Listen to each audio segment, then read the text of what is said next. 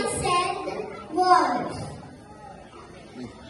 Open the door. My dear children, I have something for you. Goats.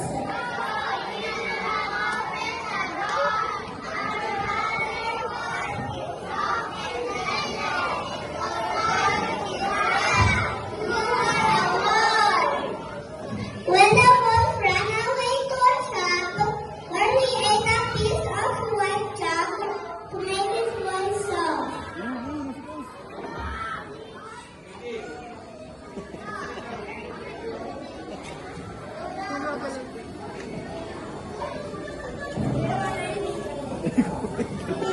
Then he went back to the goat's hut and knocked at the door.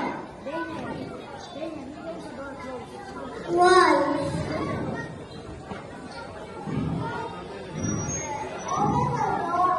My dear children, I have something for each of you. Goat one.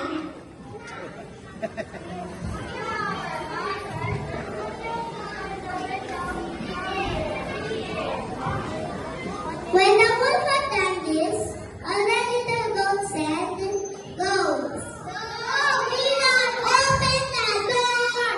Our brother's voice is soft and gentle. Your voice is wise. Your brother's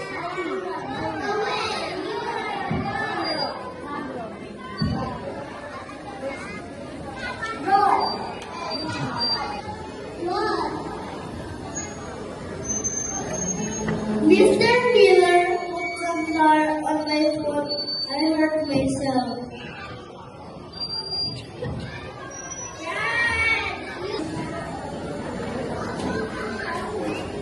The miller was so afraid of the wolf that he did as he was told. Then the wolf went to the goat's house again and said, Open the door. Dear children, I am your mother. Show us your foot!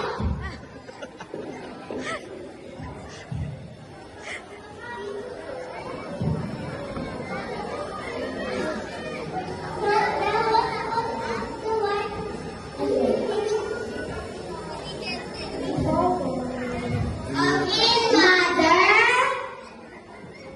Nireklamo sa inyo, sir. Ang hina kasi.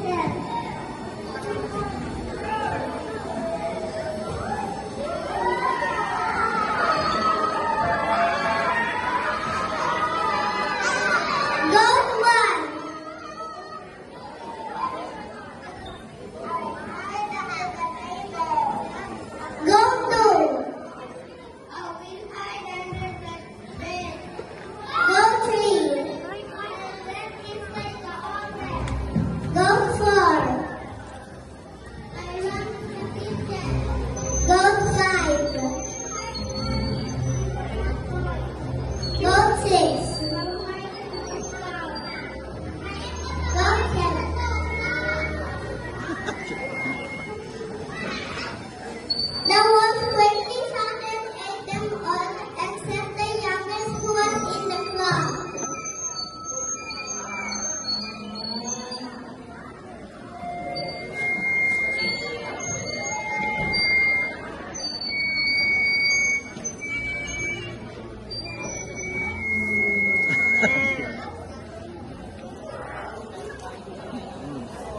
Ganun na lang ulo yung isang...